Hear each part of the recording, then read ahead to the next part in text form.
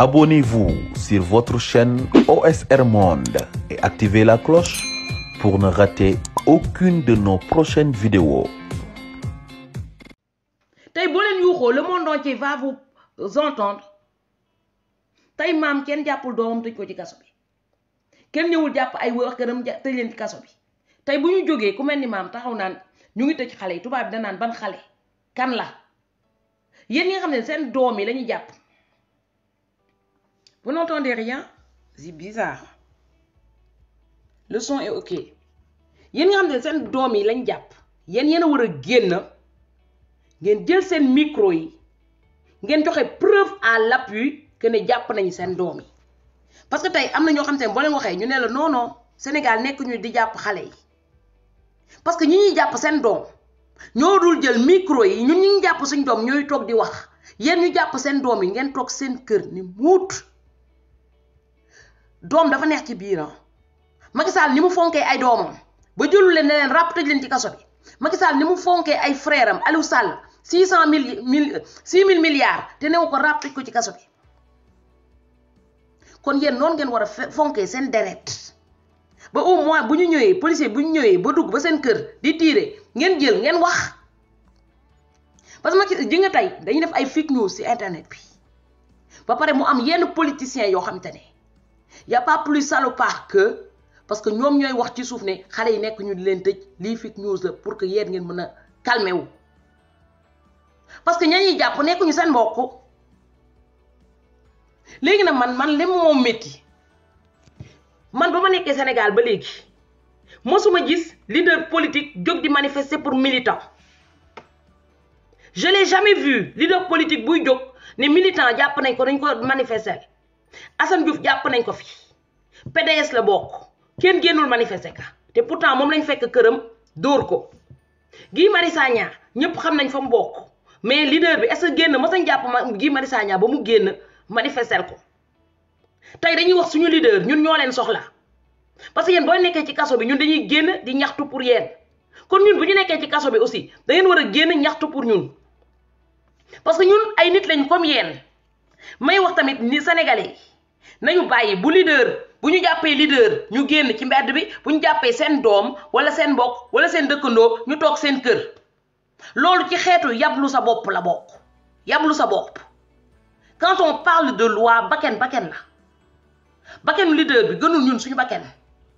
Mom ni mu juddo non lañu juddo moy il a les mêmes droits que ñun. Aussi bien que ñun dañuy genn di xéxal président Ousmane Sonko ay akamax yelefam dañu wara genn xéx ak yelefu Guy Marius Sagna Assane Diouf kenen ak kenen.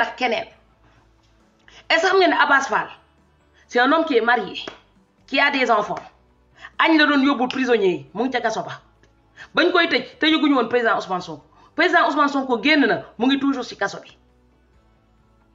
Té koku mo nek coordinateur Pastef Grand Yoff Pastef Dakar. Mom ak kenen. Il y a des mères de famille yo xamantene mère de famille ak père de famille amna jëkkër ak jabar bo xamantene dañ leen jël ne leen rap ci kasso bi sen doom yi gisunu leen. Est-ce que Abbas Fall il a son boulot tay tej bi ko Macky Sall tej ci kasso bi il souffre doublement ndax bu génné ci kasso bi day perte liggéeyam parce que tout le temps ñu tej ko ci kasso bi patron du ko xaar day remuti ji kenn ku koy remplacer. Légui ñun askanu Sénégal lay wax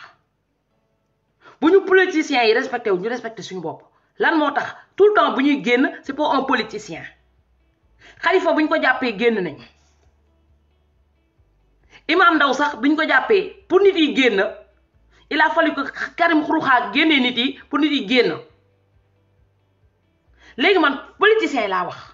yeen ñun buñ leen jappé ñun dañuy génn ci mbéd bi manifester. Bu leen ñu conférence de presse alors. Parce que antal nañu bu suba ñu woté conférence de presse.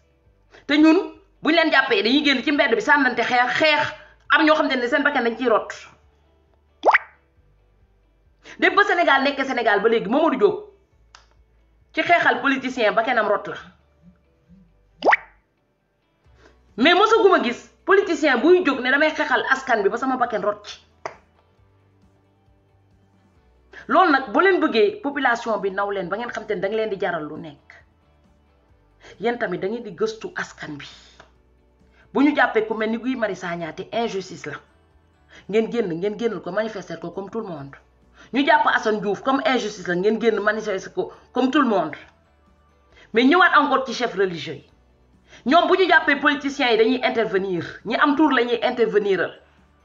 bu ñu jàppee ay talibé 400 personnes yu ñu jàpp def leen ci kaso bi am na ay catholique am na ay musulman am na ay mouride am na ay tidiane y en a de partout mais ils ne le font pas yéen bu ñu nee Sonko jàpp nañ ko ngeen dem intervenir bu ñu nee Khalifa jàpp nañ ko ngeen dem intervenir bu ñu nee Guy Marius Sagna jàpp nañ ko du nit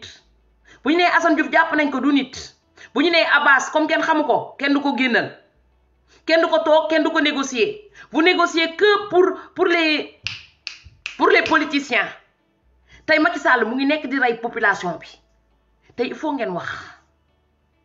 may wax ñëpp ñu nekk France même quand vous êtes dans les provinces là parce que c'est bien beau ñu nekk def ay petites manifestations dans les provinces mais duñu bëri def leen covoiturage samedi yéen ñëpp ngeen wàcc ñëw Paris covoiturage wala ngeen jël 8 bus yi vous payez 20 € wala 10 € wala 5 € ngeen def covoiturage ngeen wàcc day am lu mu leen jaral man je manifestais jamais depuis pas mal de temps samedi dama manifester mais dama jël 2 semaines yoo xam te ne pour pouvoir manifester parce que mun nekkatuma mais ni ma ko defee naka ñeneen ñi defee noonu tey on a 50 000 électeurs fii France ñi ñuy rey amul rekk waa Pastef bal yi nervi yi di dóor bu fekkee ne waa APR dañu foog ne yaa Macky Sall da leen ci génne buñ doon romb ci mbedd bi Macky Sall bu leen fekkee foofu da leen di tirer nervi yi xamuñu ko bokk APR xamuñu ko bokkaanul APR mu nekk benn ñi ñuy rey ay sénégalais lañ comme yéen amul Idi amul koo xamante ne réew mi la bokk amul koo xamante ne PS la bokk amul koo xamante ne PDS la bokk parce que dañu foog ne comme président Ousmane Sonko lañ jàpp rek ñi ñuy rey Pastef lañu bokk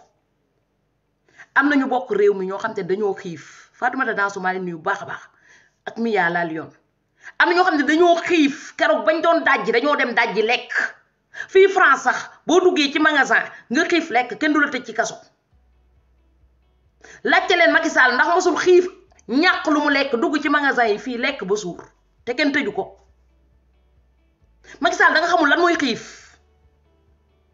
yow gisoo sa population que ne bu ñu demee bay toj ay Auchan c'est parce que xoolal seen revenu yow xam nga revenu sénégalais bu nekk naka la toll nga xoolee ko sa bopp est-ce que yow mun nga toog te doo lekk est-ce que mun nga toog toute une semaine di lekk sombi xam nga mënoo ko loo tegul sa bopp tegoo ko sa njaboot bu ko teg nit yi mais ñun ñi lekk sombi sëriñ bi respecté wuñu curé bi respecté wuñu ñun sax respecté wuñu suñu bopp parce que ñun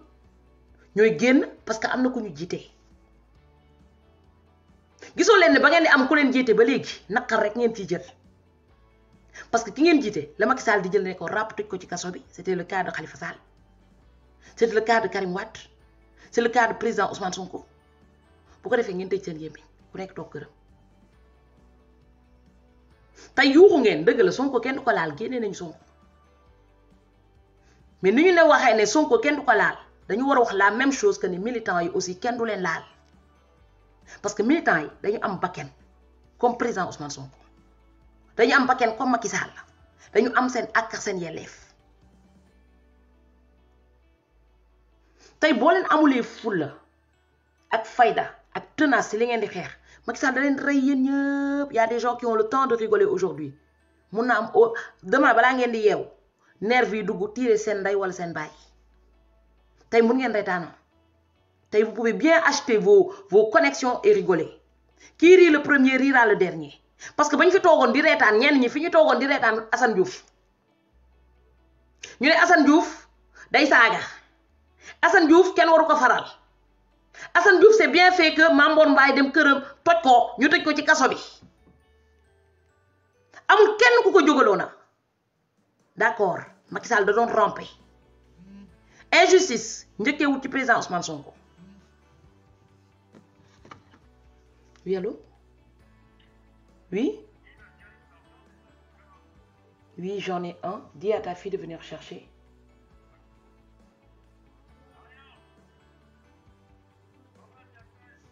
Dis-lui qu'elle sort, je le lui ramène.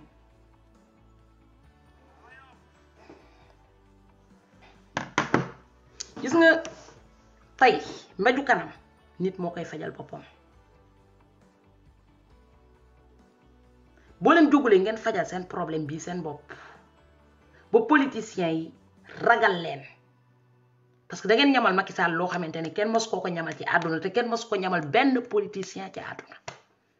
da ngeen ko ñamal lu metti mooy da ngeen commencé woon di saccager mu laal ci seen patrimoine parce qu'ils ont construit des maisons ils nous ont volé des millions ils ont mis dans ces maisons là ñu dem taal ndayu maison yi ku mel ni El Hadj Diouf kenn xamuloon dafa nekkoon location tey ñëpp xaawi nañu suturaam parce que ñëpp xam nañ ne kër ga ñaan avocat la kër ga moomu ko ñëpp xam nañ ne këram moomu ko dafa lu yaas il se l'a pété mais dafay lu yaas kooku tey en plus il avait du mal à payer ses loyers kooku tey rage bi mu am bu Macky Sall doon rey sénégalais moom loolu moo koy dundal parce que il est en rage kooku tey mu ngi kontaan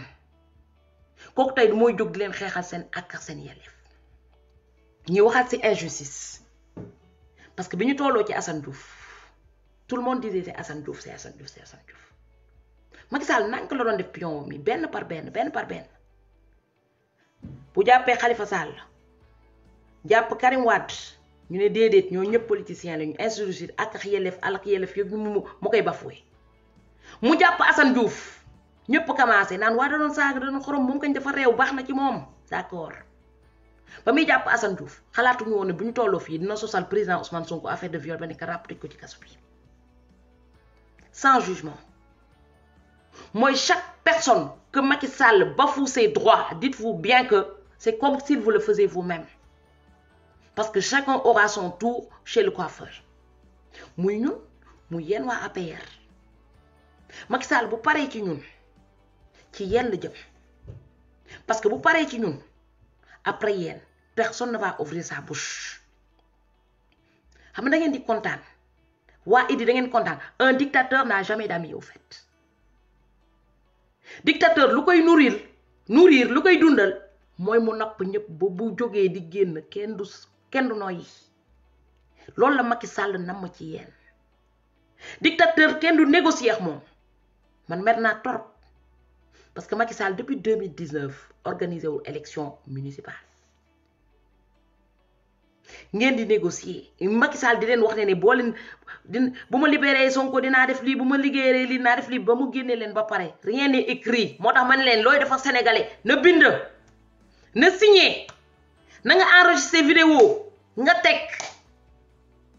comme ça bu respecté wul conditions yi tu mets ça dehors avec Macky Sall il faut tout écrire. Avec les Sénégalais, il faut tout écrire. Parce que les Sénégalais, si vous avez dit ça, vous avez dit c'est ça le Sénégalais, en fait. Moi, je suis bind. Macky Sall, je suis yep, disons les paroles en l'air. Il y a 5 ans, 7 ans, parce que ce n'est pas écrit. C'est des paroles en l'air. Les gens disent yep, ni oui, ni non. D'autres me demandent, d'autres me fait troisième mandat, d'où ils commencent à binder signer l'enco. Parce que le mot binde signé ko à tout moment mun ngeen ko yóbbu yoon am ngeen preuve tey Macky Sall il nous dit des paroles en l'air matin midi soir ngeen toog mu fen leen de haut en bas mu xool 15 millions d'habitants yëpp am na ñoo xamante ne am nañu 100 ans ba ci tout tànk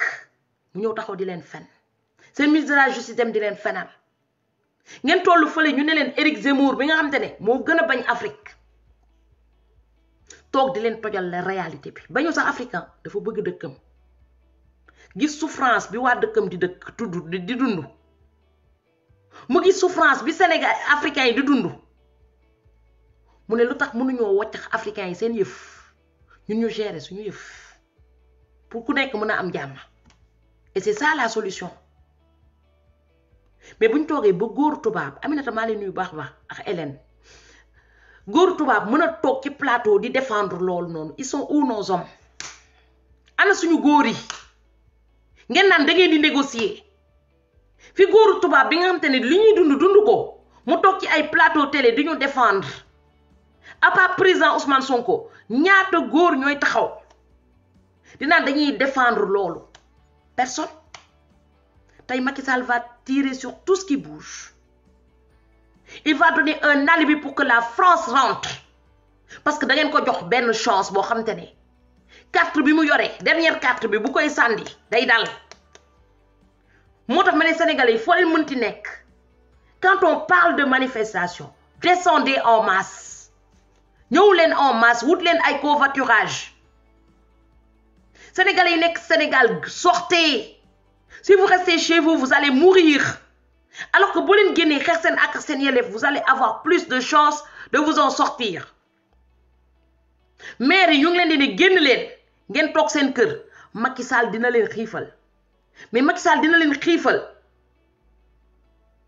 xam nga y a plusieurs façons de se venger ñi mu jàpp seen doom yi nii bu paree da leen di xiifal. antal naa dàq papa ji pour papa ji bu mu am lu mu dundalee ay njabootam le gars il est sadique le gars il est mauvais moo tax ma gisee waa APR ñuy lambar si ginnaaw Macky Sall mais je rigole xam nga Macky Sall bi mu doon dóor bi mu may agressé fii am na ñoo xamante ne ils étaient contents am na ñoo xamante ne dañ bokkoon Pastef ils étaient contents mais boobu xalaatuñu woon ne à tour de rôle chacun aura son tour chez le coiffeur amul Pastef amul PS amul PDS Macky Sall n'a pas d'allié même réew mi sax laa la wax il a pas d'allié y a des gens qui vont dire que non Macky Sall day jël pouvoir jox ko Idi Macky Sall du jox dara Idi Macky Sall du jox dara kenn c'est tout pour sa gueule rien pour les autres pointe gi seen xel que ne 2024 Macky Sall du fi toog mais xool leen suñu góor yi yëpp toog loolu leen mënul def tey naka ngeen koy xalaatee def en 2024 xalaat leen ne tey ñi nga xam te ne dañu am 37 ans tey 2024 dañu am seen 40 ans te foog naa ne 37 ans ngay gën a am kàttan que 40 ans am ñoo xam te ne tey am nañ 40 ans 2024 dañu am 43 ans li ci yokku sa doole day wàññeeku mooy yàlla may na leen puissance boo leen xeexee Macky Sall tey ngeen koy reporter ultérieurement mais pour quelle raison ngeen di reporter combat ultérieurement te moom liif yi mu leen di liif reporter wu ko ba 2024 ngeen foog ni dóor yi leen Macky Sall di dóor policiers yi di dugg ci biir kër yi di leen tirer ngeen foog ni Macky Sall du laaj 3e mandat ku naruloon Macky Sall bu naruloon laaj 3e mandat nu muy tàggoo day neex président yu narul laaj 3e mandat au cas où xamoo leen ko dañ leen di bambaane pour buñ fi génnee ngeen mun leen a bàyyi ñu dem ci jàmm mais sénégalais yeewu leen Macky Sall du leen fi tegal Idi du leen fi tegal kenn parce que Aliou Sall 5000 milliards yi xam ne bu ñu fi jógee dañuy topp Aliou Sall Mansour Faye xaalisu coronavirus bi xam ne bu fi jógee dañ koy topp ba démb déglu ngeen bi Zemmour di wax nee na am na milliards yu ñu mayoon Sénégal kenn xamul fan la jaar Union européenne bi mu jox Sénégal kenn xamul fan la jaar moom xam ne dañ koy rëbb partout léegi ku ñuy rëbb partout est-ce que vous vous dites que le gars da ngeen toog di débat naan du am 3e mandat bu 3e mandat naree am dinaa jóg balaa 3e mandat bi di am xam nga lu may sa def yéen ñëpp dina leen jox lekk bu leen di feebarloo góor yi dina wàññi seen doole Macky Sall va vous réduire à 0 ba nga xam te ne kenn du ñemee génn ci mbedd bi Macky Sall aura son 3e mandat à ce rythme-là il faut que sénégalais bu nekk teg ko xelam yéen Macky Sall depuis 2019 mënuñu ko imposer mu organiser élection municipale mënuñu teg ci moom pression pour mu organiser élection municipale et vous êtes là à rêver de vous dire que Macky Sall ne va pas faire 3e mandat ngeen ñëw naan nañ ko may ba 2024 di nga góom boo ko amee ci bees nga koy fecc bu yàggee di gangréné wu mun na jox cancer ba ñu dagg sa loxo au cas xamoo leen ka mooy Macky Sall plus ngeen ko fi wàcc plus muy gën a puissant parce que chaque année il vous vole des milliards et des milliards et des milliards. Le monde où on est, c'est l'argent qui commande. Tay bo len dagulé play bi bo len amputé wul affaire bi tay billahi 2024 di ngeen joy. Macky Sall du démocrate. Macky Sall mosul sam parole am.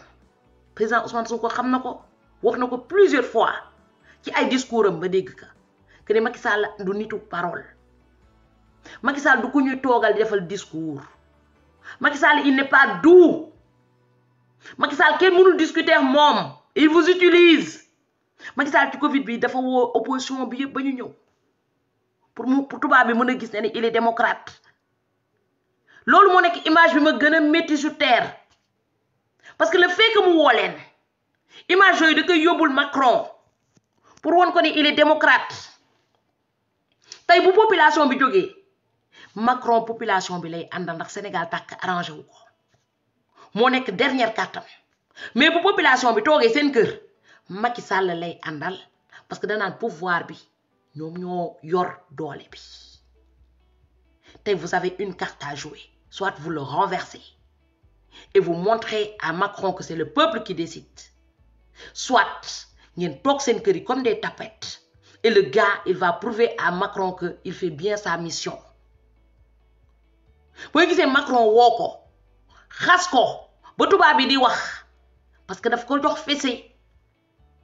parce que dafa def erreur bo xamantene doomu Macron warul def erreuru tuune yoyu non moy nga xol président Ousmane Sonko nga xamantene ñu bari ko bëgg nga dem jiñ ko viol bo xamantene amul fenn ñom fofu lañu xamé né gagne bi musul am dia may nuyu bax bax yeen ngeen tey ko fu deuguer à 2 doigts de déloger. Dédét ngeen delu ginaaw won Macron que ne fi on est des démocrates et que nañ ko may mu togaat fi 2024 duñu toroxal ngeen fogg ni Macron fi mu tok noonu ñun plainte yi ñi dem diko déposer ba su nek Macron yëgu ko akamako yëg néna len tubaab bu lay ñopati nga né do yuxu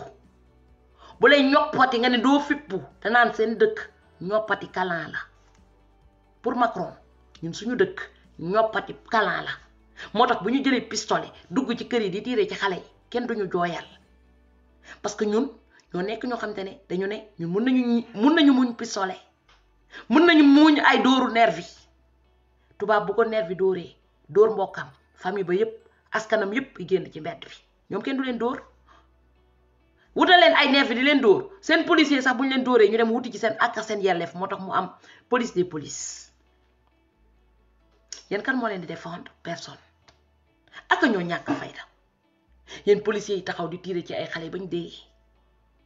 Sénégal rek la gis ngeen gis ay policiers di tirer ci ay xalé bañu dé policiers yi sen auto pan ki lay tirer ba nga dé sen auto pan ngeen dang leen di poussal té bu auto ba takké ñu jël pistolet yi tirer leen yeen ngeen dé ben par ben policiers yi ni ñom ñu dugg ci kër yi di tirer xalé te xalé yoy ñoo leen jëndaloon ndox di leen may dafa ne policiers yi amuñu sentiment au fait ils n'ont pas de sentiment envers vous pour leen togué dañ nan non bu kiyé yeen la mais amuñu sentiment ci yeen parce que c'est les mêmes policiers qui rentrent chez les gens qui tirent sur la population mais comme sénégalais dañ leen mëna baab par les sentiments xam policiers bañu pané won sen auto yi xalé buñ leen jappone door leen fofu bañuy bëgg dé ba désselu ñu dara bu Macky Sall reprendre pouvoir bi policiers yi duñu am carton bi ñu ñëw naan dañuy xax askan bi. Vous avez eu pitié de ces policiers non ñen ñi def nañ ko ba am pitié ci policier bi loxo bi dem. Il va vous raconter n'importe quoi mais ce même policier bu ko Macky Sall néwé jëlal bombe yi nga sandi lacrymogène mu gis xalé yi du xol ci kam yi dal da nan temps sandi ñaata xale ñoo perte seen loxo ci manifestation bi am na koo xamante ne dafa gaañu mais ñu ngi topp ci policier bi ndeysaan kii bu leen jekkoo da koy def kii bu yore woon ñaari loxoom Macky Sall jox ko ordre ne ko demal dugg ci biir kër nga dem dóor nit yi da leen di dóor. C'est ce qui se passe aujourd'hui. Après, vous allez me dire, oui, il faut avoir des sentiments envers eux. Est-ce qu'ils ont des sentiments envers vous? C'est ces mêmes policiers c'est ces mêmes hommes de tenue qui vous raquettent dans la rue. Même homme de tenue yi, bu tubaab bi ñëwee taxaw dañ koy câliner. Tubaab day dóor nit ku ñuul ba mu nekk entre la vie et la mort. Policier bi libéré ko mu ñibbi dëkkam. Nit ku ñuul ku dóor moromu nit ku ñuulam entre la vie et la mort ñu ne ko ràpp tëj ko ci kaso bi. Policiers yi ngeen ne seen xarit lañu ñoom ñooy torturer ñoom Assane Diouf ci biir prison yi ñoom ñooy torturer ñoom Guy Marius Sagna ci biir prison yi et vous êtes là à avoir des sentiments. Man j'ai plus de sentiments au fait. Je pars avec ma raison. Je n'ai plus de sentiments. Quand on dit l'émotion est nègre, donc je ne suis plus négresse parce que j'ai plus d'émotion. Amatuma sentiment ci ñoo xamantene dañ may toroxal. Amna sentiment ci xale bi nga xamantene dafa perte tankam waaw ñu fekk ko kërëm elle a pas demandé on lui tire dessus. J'ai du sentiment envers elle. Tay policiers yi nga xamantene ñoom ngeen di jël di leen défendre naan waa ay homme de tenue lañ. Ñooñu tay buñu bëggoon seen askan. Macky Sall bu leen joxoon pistolet ne leen dem leen tirer ci ay xale dem leen dóor ay sénégalais duñu dóor ay sénégalais ndax seen askan lañ bokk. Mais ces mêmes policiers ji nga ni ñuy dóoree xale. Et vous avez pitié de ces gens-là? Même garde à vue, même les femmes, ils tapent les femmes. Et vous avez pitié? Ngeen di toog naan da nga leen yërëm pour des cacahuètes. Salaire bi ñuy fayee ko sax mën naa leen ko fay. Des salaires de misérables yoo xam te ne dundalu sax seen njaboot. Non seulement dundalu seen njaboot mais yéen dañ leen koy fay pour ngeen toroxal.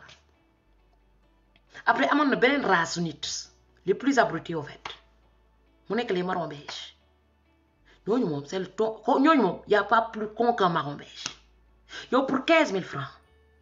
Macky Sall jox la pistolet nga xam te ne boo jàddee kon pour 15 000 francs mu nga taseex ay boy ñu dóor la ba nga dee. Macky Sall doomam bu ñu ko doon fay 15 000 francs du dem di dóor nit. Ben marron beige est-ce que vous êtes intelligent? Est-ce que vous yéen seen bopp sax est-ce que am na est-ce que am ngeen cervelle? Yéen 15 000 francs Macky Sall fayul leen assurance vigile yoo xamante ne amuñu assurance amoo leen retraite amoo leen dara mooy bu ñu leen fayee tey 15 000 francs boo leen génnee am accident ci yoon bi boo yéenay perte. Mais pour 15 000 francs tey loolu il faut vraiment être un nègre de base, nègre de souche, mais vraiment le pire esclave des esclaves pour que ñu fay la 15 000 francs pour ngay dem di dóor nit te ka ngay dóor nit tey mun nga dem mu yore pistolet mu rey la pour 15 000 francs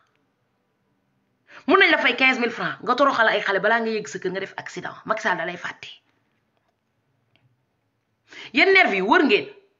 Macky Sall fii la ñuy utiliser ci élection yi passé mu dàq leen comme ay xaj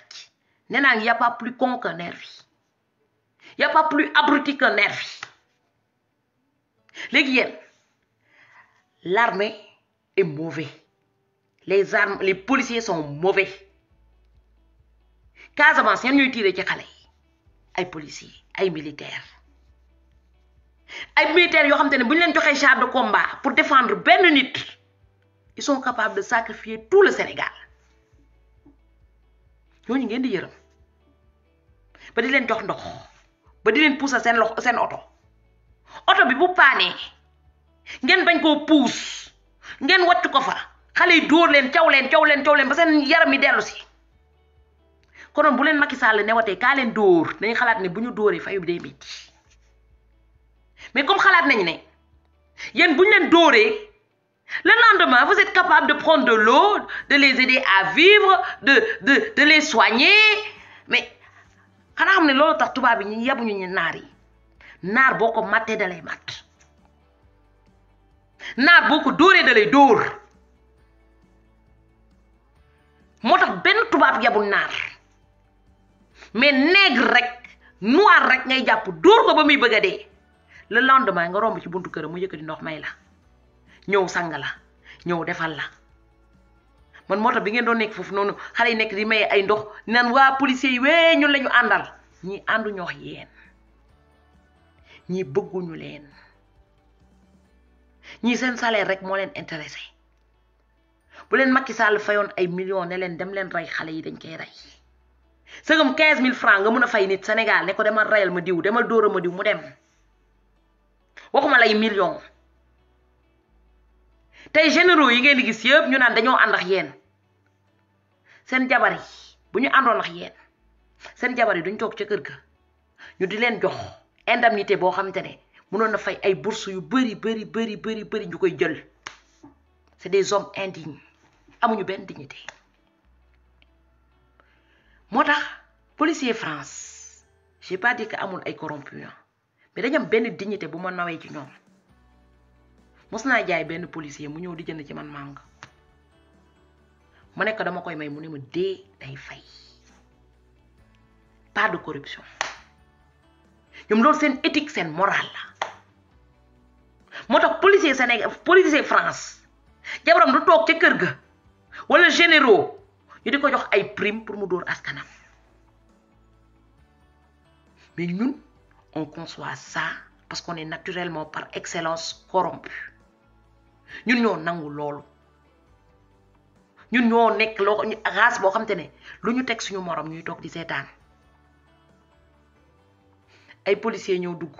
Macky Sall moo tax man bu ma gisee nit yi naan dañuy ànd ak ay policiers man sama xol bi je suis en rage policier du seen xarit xooleen commerçant bi policier Macky Sall yi rey daaw nakar bi commencé wu rende fekk ko ba ci këram ci kanamu njabootam génnee njabootam dóor ko ba mu dee foofu yëpp fees la deret ñu lëmës ko matelas bi yóbbu koor bi le lendemain ñu indi leen nit ki dee fekku leen fi ñëpp la fekk am na xale boobu ñuy wax Pape Sarr nga xam te ne baayo la yaayam dafa gaañ policiers yi ñëw ne dafa sàcc xar ñu jàpp ko dóor ko yóbbu ko dóor ko ba sotti ko lan pétrole taal ko xale bi lu mu mujjee def dafa mujjee gaañu hôpital ndax brûlure ñun ñëpp ñu ngi toog ñaata sénégalais ñoo génn ci mbedd bi ne dañuy xeexal kooku ak amax yelefam keroog bu ñu fay rayee Fallou bu ñu ko yëgee ñun combien de sénégalais sont descendus dans la rue pour dénoncer bu ñu demee kër ambassadeur on était combien à peine 10 pourtant sénégalais yi bari nañu fii yëpp mais ba ñu rayee Fallou dangay compter le nombre de personnes yuy génn ci mbedd bi ñaata yoon la ñuy rey ay étudiants population bi duñu ànd ak kenn dem xeex ak étudiants yi les étudiants sont toujours tout seuls dans le combat pourtant saa yi bu ñu amee xeex dañ naan na étudiants yi génn xeexal ñu ko mais ñaata nit ñaata mère de famille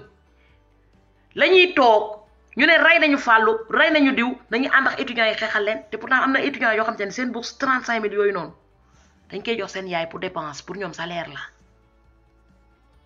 te pourtant bu ñuy xeex seen ak seen yelleef boobu duñu gis yaay duñu gis pap mooy gis ñu sànnante xeer étudiants yi ngay gis ñu sànnante xeer mais mosoo gis yaay yi pap yi ñu dem ànd ak seen doom ñu ne dañ leen di dimbale pour que ñu mun leen a fay seen ak seen yelleef mooy quand il s'agit d'un problème chacun se bat tout seul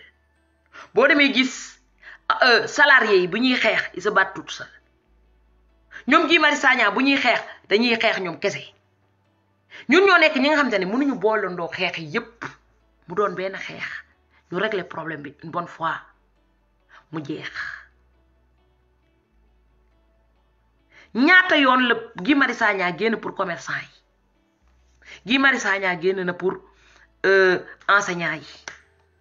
Guy Marius Sagna génn na étudiant yi Guy Marius Sagna ko am lu ko nakari mu génn mais toutes ces personnes là ils sont où te pourtant ñoom ñoo ñuy woo de layfal ñu ñun di waxal ñu lii ñu defam nii fi ñuy liggéeyee ñu dañee mais tey yéen ñi doon woo Guy Marius Sagna vous êtes où yéen a ngi lekk ceeb wacc ki leen doon xeexal mu nekk ci kaso bi vous êtes où yéen i góor as góor da koy bañ nit ku la xeexal ba dem ca kaso ba as góor ku deretam di am lu muy wuyoo ñu ne góor man di nit bu may xeexal ba dem ci kaso ba du ma gën a gore damay génn xeexal ko. ñaata nit ñaata commerçant ñoo am est-ce que xalaat ngeen Guy Marius Sagna ba mu doon génn di leen xeexal lu mu def dafa wacc njabootam wacc jabaram xëy na mu noon toog lekk ceeb mu noon toog jabaram di ko def kalan mu noon toog di wax ak doomam dafa bàyyi loolu yépp jóg di leen xeexal tey mu ngi ca kaso ba. yéen nit ngeen yenn nit yi nit lañ yéen a ngi ne tranquillement seen kër yi yéen a ngi tranquillement seen kër yi est-ce que ñenn ñi bu ñuy lekk sax est-ce que seen yaram dina daw am ñoo xam ne tey bu ñu amee lu ñuy lekk grâce à Guy Marius Sagna da doon génn di manifester ci mbedd bi seen ak seen yelleef moo tax ñu am tuuti progrès dans leur vie. C'est pareil comme Assane Diouf buy toog di leen peinture seen école doom yi loo xamante ne ay góorum lépp ñu ngi ci dëkk bi mosuñu ko xalaat ngeen doon wàcc seen doom yi ci école yu délabré yu salté Assane Diouf ñu koy may mënoon ko def ci boppam muy dem di peinture di leen defaral pour seen doom yi mën a nekk dans de bonnes conditions kooku tey bu ngi ci kaso bi yéen a ngi toog te pourtant xale yooyu bu ñu tekkee suba ñan la ñuy tekkil seen yaay ak seen bàpp yi ñun ñoo am sentiment de égoïste boo xamante ne sentiment de égoïsme boo xamante ne li ngeen bëgg Macron xam nga après ñàkk fayda lay niroon di yuux waa ñu ngi xaar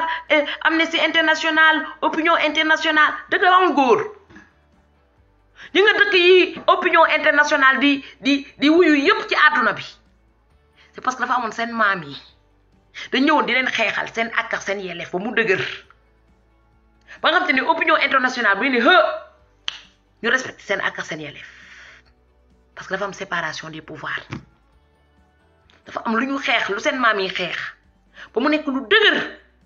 nga xam te ne sët yi dañu ñëw am ndono bi ñun dañu mën a yuuxu pour keneen xeexal ñu kaay laayival ma kaay xeexal ma kaay wax Macky Sall na la déglu kaay def lii kaay def lii xanaa xalaatoo leen ñun ñëpp bu ñu yuuxoondoo xajul ci Macky Sall ñun ñëpp bu ñu génnandoowee xajul ci Macky Sall parcelle yëpp bu ñu jógoon comme xale yi ñu ngi leen di toroxal waa koñ bi yëpp bu ñu jógoon génn ci mbedd bi Macky Sall day dellu ginnaaw mais fii ak mu ngi ñëw di jël si xale yi yéen ngeen toog seen biir kër yi dina jël seen doom yi yëpp ñi nga xam te ne ñoo leen waroon yor suba wacc leen ngeen di torox doo leen am sax li ngeen lekk da nga gis maire boo xam te ne benn doom la amoon mënatul liggéey wala handicapé la wala mënul dara boppam doom bi ko doon jox mu lekk Macky Sall da koy tëj ci kaso bi pour kooku di dee xiif parce que yooyu moo leen di dundal léegi nag si vous n'avez pas compris la solution kenn du leen waxati solution bi parce que la solution elle est là, tout le monde le sait. Si tout le monde sort Macky Sall recule jàpp na président Ousmane Sonko tout le monde est sorti mu reculer tey si tout le monde reste chez soi Macky Sall du reculer mètre tey Macron pour la première fois bu amee audace woo Macky Sall ne ko dellul ginnaaw c'est parce que da ngeen yuuxu mu dégg seen yuuxu mais fii Macky Sall mu ngi leen di ñoppati di leen rey di leen dóor ngeen ni di ko muñ Macron danaan fii de nañ leen dresser parce que plus on les dresse plus ça m'arrange dinaa mën a jël zircon bi dinaa mën a jël or bi dinaa ñu mën a jël lii parce que kii moom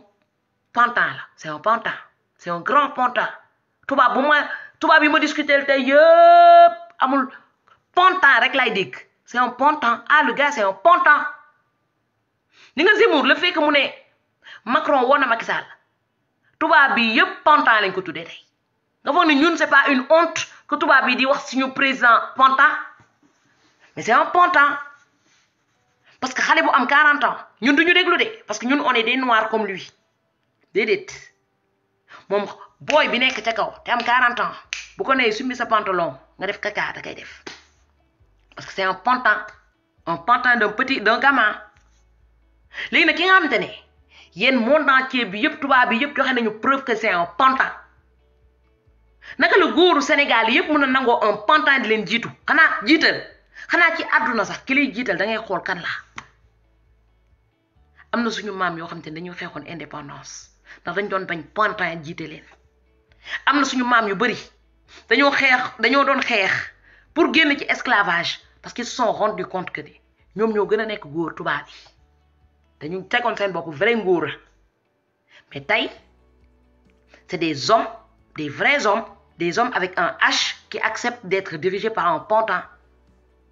pantin bi ñëw di leen dóor di leen dresser comme des esclaves et que vous êtes là di pleurnicher di jooy di xaar opinion internationale di xaar tubaab yi ñëw walluñu te ñun ñëpp xajuñu ci pantin bi de mais on a choisi le pantin nee naa leen la solution elle est là koñ bi leen di dóoree yéen ñëpp boo leen demee fayu mobiliser nervi yi njëkkeewul tey Sénégal nervi bi gënoon rëy bi bokkoon PS Géejawaay Wakkenaan ba ñu mobiliser ñoom ñëpp ñoom ñoo ko rey ba mu dee parce que responsabilité partagée lay doon quand tout le monde se mobilise responsabilité partagée bés bu police ñëwatee ñaar ñett yore pistolet ne dañ leen di dóor xale yi taxaw leen ci seen kaw étage yi ngeen yore ay mool boo leen gisee rek sànni leen mool armez-vous de mool foo leen gisee ñuy dugg ci kër gi rek ne leen pël mool bi mu dee balaa keneen ki di dugg ngeen mool ko tey policiers yi dugg ci kër xale bi bu ñu ko mooloon wan lañ leen am na koo xamante ne kooku mooy ki mooloon policier bi ci kanam président Ousmane kër président Ousmane Sonko kooku il vous a montré comment on tape un nervi dem leen wuti ji ay mool yu bëri ngeen teg ko ci seen terrasse yi koo leen gis mu dugg ci koñ bi ne day jàpp benn xale bu leen gisee ñuy ñëw rek xale yi sànni leen mool yi koo leen ci sànni mool il va plus reconnaître où est-ce qu'il est boo leen sànniwul mool yi bu ñu duggee yan la ñuy toroxal dañuy yóbbu xale yi ci àll bi di leen dóor di leen maltraiter parce que ñii duñu nit il faut se défendre Fatima maa leen nuyu bu baax a baax il faut se défendre mais nit bu ñu ñëwee di leen dóor di leen toroxal mais réfléchissez sur une solution boo xam te ne vous vous défendez yéen koñ bi nekk foofu yëpp vous n'allez pas me dire que amul solution boo leen mën a teg pour vous défendre de ces gens là amul policier amul kat dara balaa muy yóbbu xale yi jël leen seen terrasse yi ngeen def fa ay mool brique yi brique ngeen jël seen terrasse yëpp aligné ay brique ku ñëw pour arrêter benn xale boo leen déggee ne ñu ngi ñëw bu ñu nee wuu ngeen brique ndeyam parce que ñoom bu leen jotee dañ leen di tirer ngeen dee comme amoo leen arme cherchez des briques leen benn par benn nervi boo leen ci brique du yóbbooti benn xale mais vous pouvez avoir des briques chez vous et laisser ces gens-là rentrer chez vous et vous tirer comme ça et vous ne faites rien xanaa amu leen brique jël leen mool yi nekk foofu yëpp ngeen jël brique yi def ko ci terrasse yi xale góor yi bu leen daw parce que fu leen mënti daw dañuy dem rechercher armez-vous de briques que vous mettez sur vos terrasses et que vous leur jetez sur la tête c'est tout il faut apprendre à se défendre di nga boo leen jàngulee défendre seen bopp dinañ leen rey yéen ñëpp parce que balaa ngeen di yuuxu ba keneen di leen ñëw wallu kenn du leen ñëw wallu comme gis ngeen ñu ngi yóbbu seen morom yi benn par benn mu war leen ne yéen bu leen jàppee dañ leen di torturer man jaral na ma du ma nelaw damay def sama kër brique yéen policier bi da ngeen ragal policier bi nit la comme yéen boo leen ko briquer day dee bu leen pistolet da ngeen dee mais yéen boo leen ko briquer day dee. Abonnez-vous sur votre chaîne OSR Monde et activez la cloche pour ne rater aucune de nos prochaines vidéos.